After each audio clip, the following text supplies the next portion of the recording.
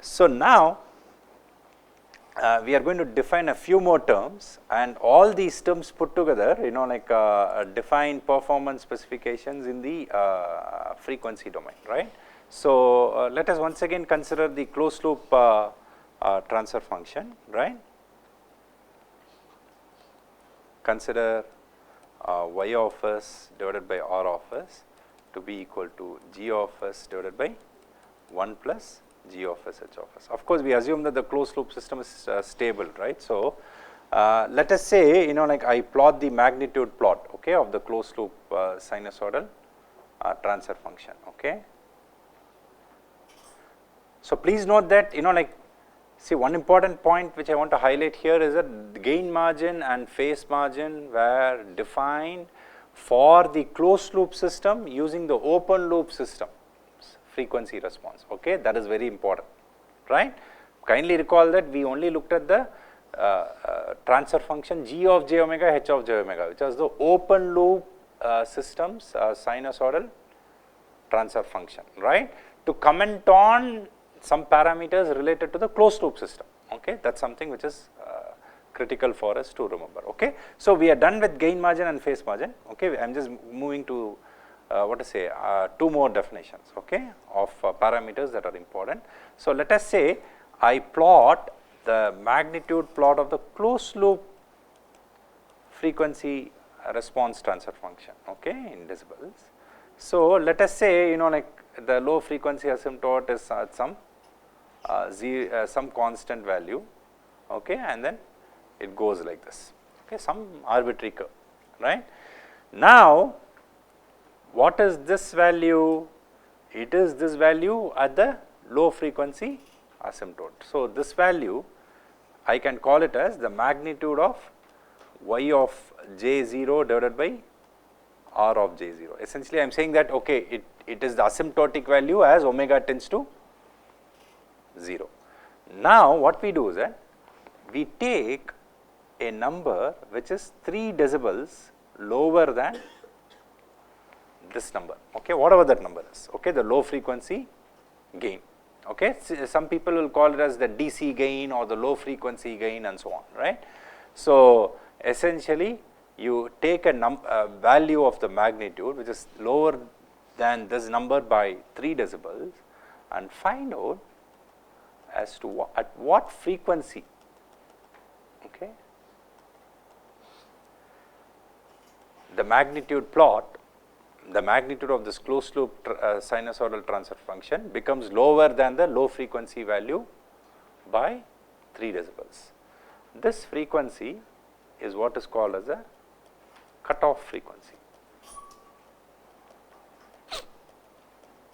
okay. So cutoff frequency is this frequency. So let me write down the definition for cutoff frequency. So the cutoff frequency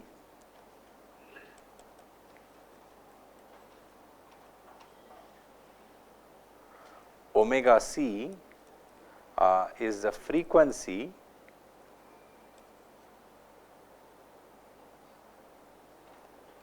at which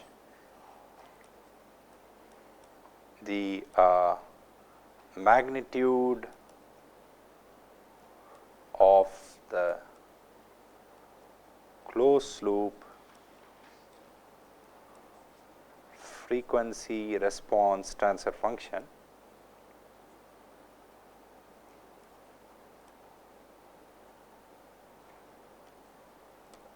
okay, the magnitude of y of j omega r of j omega is 3 decibels below its 0 frequency value,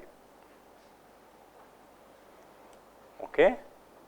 0 frequency value is the low frequency asymptotic value, okay, that is what it is,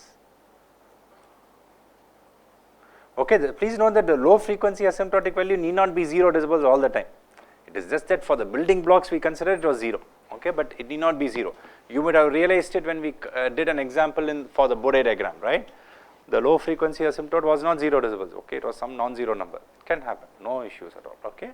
So we are only looking at what is the what to say frequency which is at which the magnitude is 3 decibels lower than the low frequency asymptote value, right. So with this definition, the frequency range, okay, 0, sorry, I would say you know, like frequency range 0, oh sorry, till omega c is called the bandwidth of the system. Okay, this is an important definition. So because you can notice from the magnitude curve, right, the system allows frequency components till omega c to pass through it, right. Below omega, after omega c, it sorts of attenuates all the other frequencies, right. So that's what happens, right. So the frequency range 0 to omega c is called as the bandwidth of the system. Now one may ask the question, hey, what is so unique about this number of minus 3 decibels or 3 decibels, this difference of 3 decibels? What do you think is unique about 3 decibels? You know?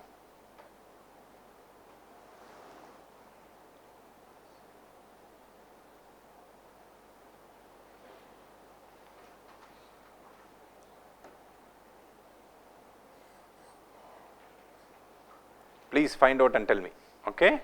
So why should I consider 3 decibels as my threshold, right? Say I like 5 decibels, why can I not define omega c as a number, a frequency at which the magnitude is 5 decibels lower than the low frequency value? I am not doing it, right? So I am defining it as 3 decibels lower than the low frequency value. Why 3 decibels? No. 1 by root 2 times.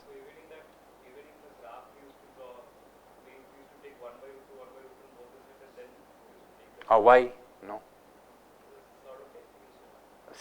Definition, I agree. I'm just asking you what is the physics behind it.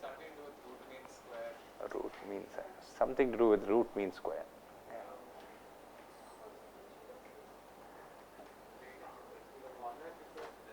Sorry?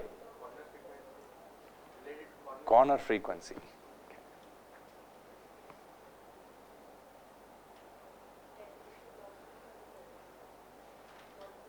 Please find out, okay, that is the second question for the day, right. So please find out and tell me, right, why that why a number of 3 decibels, right, or minus 3 decibels in this case, right. So please okay. So another parameter, okay, which we want to essentially define is what is called as a cutoff rate, okay. So cutoff rate, it is the slope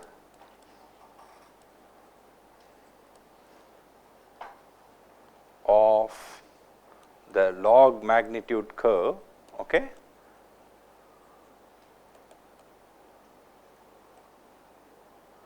at the cutoff frequency. Okay, it essentially tells me how fast the magnitude is decreasing, right. So that is the cutoff rate, okay. And by the way, you know, like ideally we want as high a bandwidth as possible. Okay, so it does not matter whether I am designing a practical system or I am building a sensor with some dynamic characteristics or an actuator with some dynamic characteristics.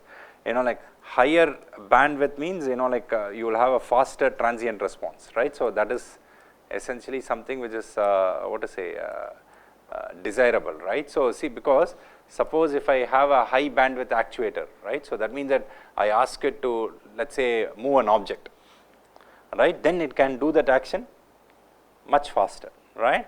So than a lower bandwidth actuator, but at the same time leads to increased cost, okay. So there is always a trade off between cost and performance, okay. Higher bandwidth typically means that better, faster transient response, better response characteristics, but then the cost is more, okay. So that is the price we pay. See, for example, if you go for actuation systems, right, if you use an electromechanical actuator, you are going to get a very fast response, right. So, but then the cost of an electromechanical actuator is going to be high, complexity is going to be high, right. On the other hand, if you use a pneumatic actuator, the bandwidth of the pneumatic actuator is going to be relatively lower, but the cost is also lower, right. So, there is a trade off, okay, between cost and performance. We will essentially look at it, right. So, how is bandwidth related to response? Okay, so we will look at it. Okay, so right. So, that is essentially what to say a thing, and so once again, you know, like if you use frequency response methods, so the performance specifications are typically going to be given in terms of these parameters, okay, that is gain margin, phase margin,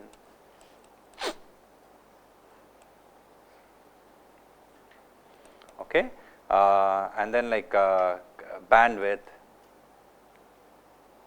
cutoff rate,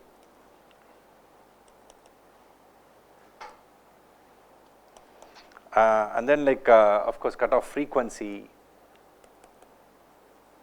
okay, these are all parameters, and then resonant peak, you remember that MR, right, for that second order factors that we looked at, right, the resonant frequency, all those things are these are parameters which can be used. See, in using, when you what to say, did design using transient response, right, this using design using frequency response, okay, we are going to learn controllers from tomorrow, right. So, when we did design using transient response, what are the parameters that were used to quantify performance? Rise time, settling time, peak overshoot, peak time, and so on, right, those are all the parameters that we used, right. Similarly, when you use frequency response, we are going to look at what to say these parameters. The question that arises is whether, how are the two related, right. So, see, how is the bandwidth related to other parameters, right. How can I say bandwidth means faster response? See, for example, if I show that, okay, higher bandwidth means a lower rise time, would you agree that the system responds faster? Okay. So, there are some relationships, you know, like we would address them, right. Yeah. So, these are performance specifications in the frequency domain. Okay. So, I would stop here, you know, like, and we would continue with a controller design using frequency response tomorrow, but I am going to leave you with a question, right. So, I hope we have not discussed this question till now. Let us say, right, I have this as my system. Okay, let us say this is my system, right.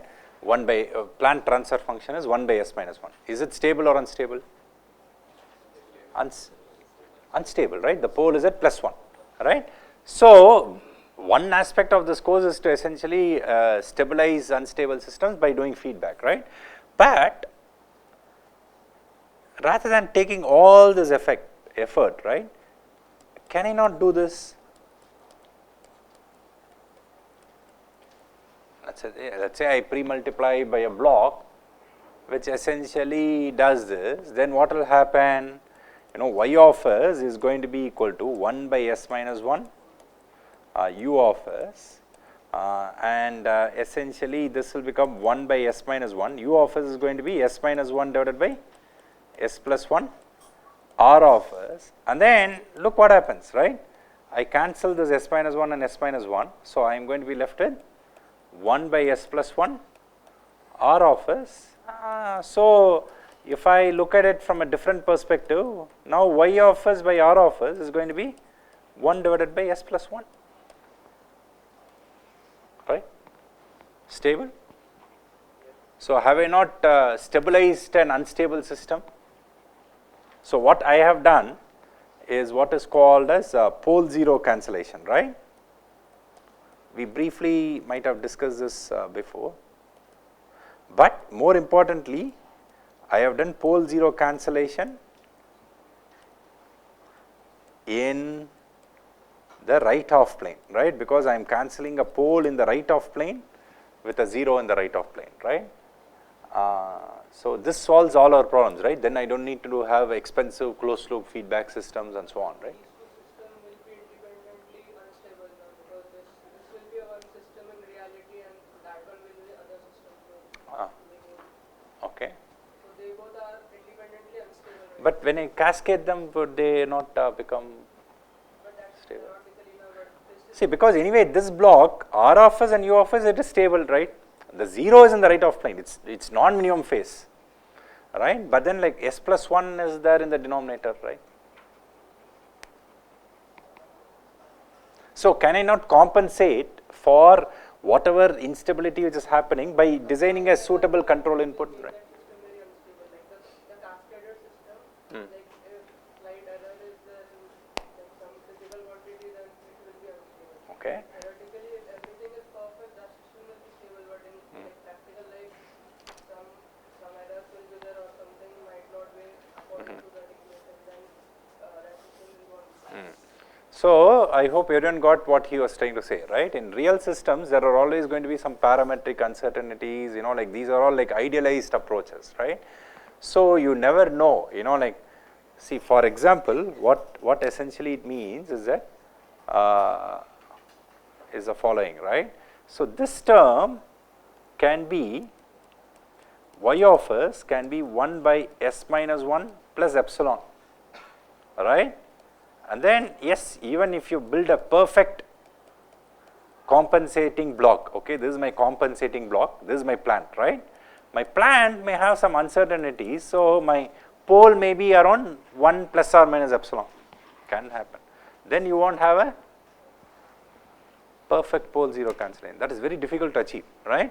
And even if you say epsilon is very small, if you take the inverse Laplace transform, you will see that you will have a term like e power epsilon t.